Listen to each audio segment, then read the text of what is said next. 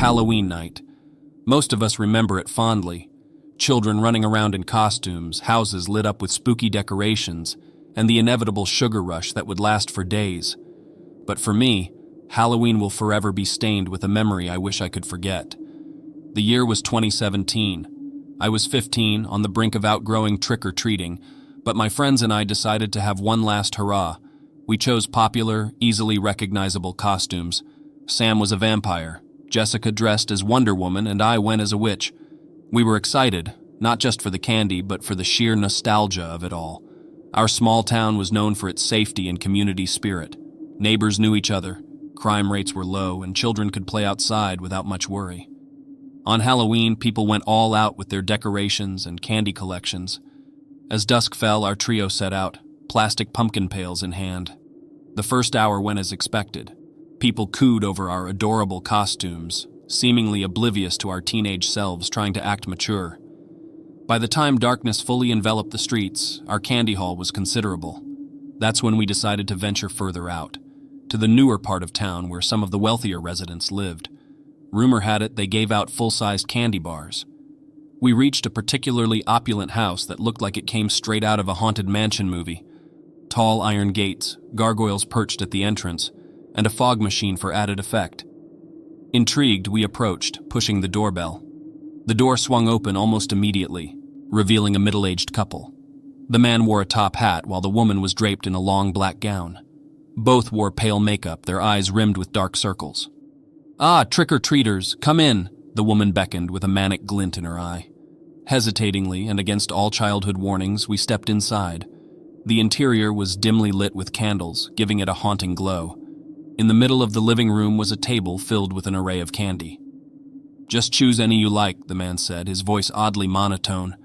As we approached the table, the door slammed shut behind us, making us jump. We laughed nervously, trying to shake off the jitters. The couple began asking us questions. Simple at first, like our favorite school subjects in movies. But then they shifted, becoming more personal. "Do you often stay out late without your parents? Do they know where you are now? Do you have siblings?" Unsettled, I whispered to Jessica that we should leave, but just as we were about to make our move, two more figures emerged from the shadows. Two younger men, both wearing grotesque masks. Before we could react, they moved swiftly, blocking the door. "What do you want?" Sam demanded, his voice trembling. "Just a bit of fun," one of the masked men replied, his voice muffled. I felt a cold dread as the realization hit me. We were trapped. The couple wasn't in costumes. Their pale, almost corpse-like appearance wasn't makeup. We were in a den of real-life monsters. My mind raced, trying to find a way out. I remembered the heavy candlestick on a table nearby. Without giving it a second thought, I grabbed it and swung it at one of the masked men. It connected with a thud, and he crumpled to the ground. Using the momentary confusion, Sam and Jessica bolted towards the windows, smashing through with their pumpkin pails. We ran as fast as our legs could carry us, not daring to look back. Reaching the safety of a neighbor's house, we banged on the door, sobbing and out of breath. The police were called, and the costumed couple and their accomplices were apprehended. As it turned out, they were a group of con artists, using the cover of Halloween to prey on unsuspecting victims, robbing them or worse. The trauma of that night stayed with us. The innocence of Halloween was forever tainted. But we also learned the importance of listening to those childhood warnings.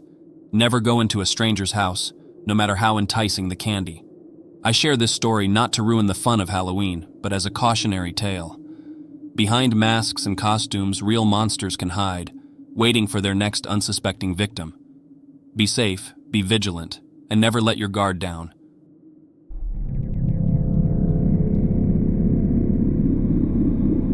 Halloween has always been my favorite holiday. The scent of the autumn leaves, the chill in the air, and the excitement of costumes and candy made it a day I looked forward to year after year. But one Halloween, when I was 15, something happened that transformed this beloved holiday into a chilling reminder of human darkness. It was a crisp October evening, and my friends and I decided to go trick-or-treating one last time before we considered ourselves too old for such festivities. As dusk settled, we slipped into our costumes and started on our familiar route, going from one house to another, collecting candy, laughing, and scaring each other with fake jump scares. Halfway through our journey, we decided to venture into a new neighborhood. The houses were a bit more spread out, and there was a misty fog that began to creep in, giving everything a surreal look. We approached a house that stood out from the rest, an old, dilapidated mansion that everyone claimed was haunted. There was an old legend about the house, something about a family that went missing decades ago, but I never paid much attention.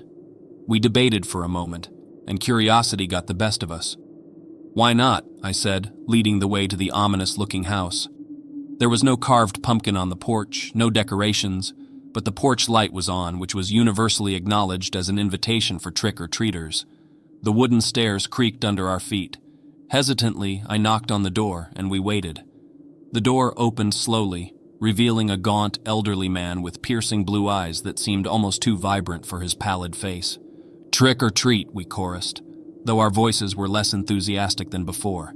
The man studied us for a moment, his gaze lingering a bit too long. "Ah, children," he whispered, voice raspy. "Come in. I have special treats for you." Every alarm bell in my head was ringing. We had always been taught not to enter strangers' homes, but before I could voice my concerns, one of my friends, Ella, who was always a bit too adventurous for her own good, stepped forward and said, "Why not? It's Halloween." Despite my protests, Ella led the way into the house, and the rest of us followed suit, drawn in by the lure of the unknown. The interior of the house was cold, and it smelled old and musty. Antique furniture lined the walls, and faded photographs adorned the surfaces. The man motioned for us to follow him to the dining room, where a large table was set with bowls of candy. But something was off.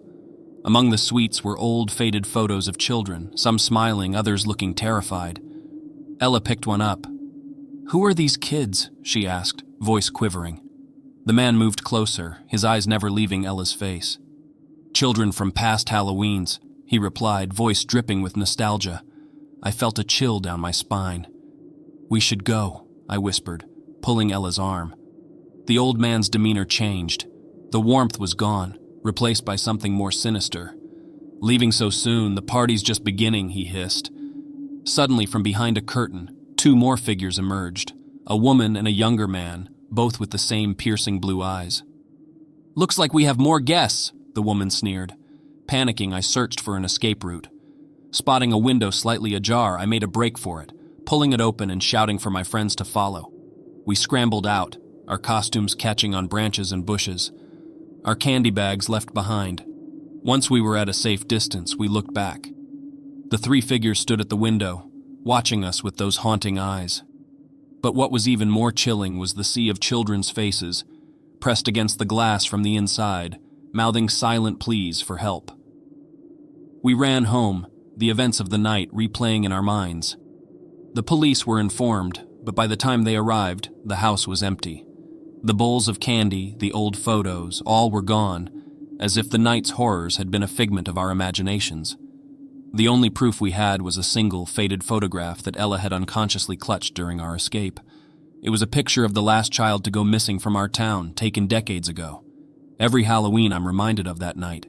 It serves as a harrowing reminder that sometimes the most terrifying monsters aren't the ones in movies or ghost stories, but the very real humans lurking in the shadows, waiting.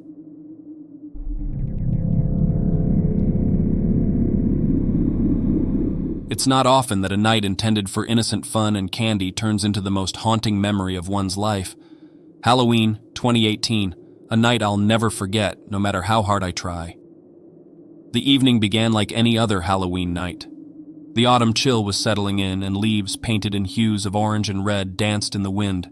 Children, dressed as ghouls, witches, and superheroes, walked down the streets, their laughter echoing around. My friends and I, too old for trick-or-treating but not for the fun, decided to go for a nostalgic walk around our old neighborhood. There was one house at the end of our street, the old Miller place, which had always been the topic of many childhood legends. The Millers were an elderly couple who rarely made an appearance, leading to rumors that their house was haunted. This year, surprisingly, the house was lit up, with Halloween decorations plastered all over. We thought maybe someone new moved in. Curiosity getting the better of us, we decided to ring the doorbell. An old woman, presumably Mrs. Miller, opened the door. Her eyes, surrounded by wrinkles, were wide and penetrating. Her smile seemed warm but a bit forced. "Trick or treat," we exclaimed in a playful tone, not expecting any candy. She looked at us, her gaze lingering on each one, making me slightly uncomfortable. "Oh, aren't you all a bit old for this?" she chuckled. "But wait here." She disappeared into the dimly lit house. Whispered conversations began amongst us, mainly discussing how weird it felt. But before we could decide to leave, Mrs. Miller returned with a tray of homemade cookies. "I baked them for the kids, but it seems not many are coming tonight. Please take as many as you'd like." The cookies looked delicious, and despite our reservations, we took some. Just as we were about to thank her and leave, a voice called from inside the house. "Martha, who is it?" A tall, gaunt man emerged from the shadows, staring intently at us. His presence sent chills down my spine. "Just some older kids trick-or-treating, George," she replied. He kept staring, especially at me. "You remind me of someone," he whispered, his voice raspy and unsettling. I nervously laughed. "I've lived around here all my life. Maybe you've seen me before." He stepped closer, making me uneasy. "No," he said, looking deep into my eyes. "Someone from a long time ago." My friends sensed my discomfort, and we quickly thanked them for the cookies and started to leave. As we hurriedly walked away, I glanced back. Both Mr. and Mrs. Miller stood at their doorway, watching us. We tried to laugh it off, attributing our fear to the ambience of Halloween. But as the night wore on, things got even stranger. Later, as we sat on my friend's porch, munching on candies and cookies, a car pulled up near the Miller house. Two individuals looking rather official stepped out and headed towards the home. My phone buzzed. A news alert popped up. "Local elderly couple missing, last seen 2 days ago. If you have any information, contact the authorities immediately." The photo attached to the alert made my heart drop. It was the Millers. My gaze shifted back to the house and realization washed over me. If the Millers had been missing, who were the couple that gave us the cookies? And more importantly, who was the man who seemed to recognize me? The police later discovered that the real Millers had gone on a vacation and returned just a day before Halloween to find their house broken into. The couple who greeted us were imposters, with records that sent shivers down my spine. The man, it turned out, had a history of stalking and had just been released from prison. The woman was his accomplice in several crimes, including identity theft and robbery. Halloween was never the same for me after that night. The masks, costumes, and dark corners always remind me of the horrifying real-life monsters I encountered. To this day, I can't help but wonder what would have happened if we had stayed a little longer, or if we had entered the Miller house. And the haunting question remains, why did that man think he recognized me?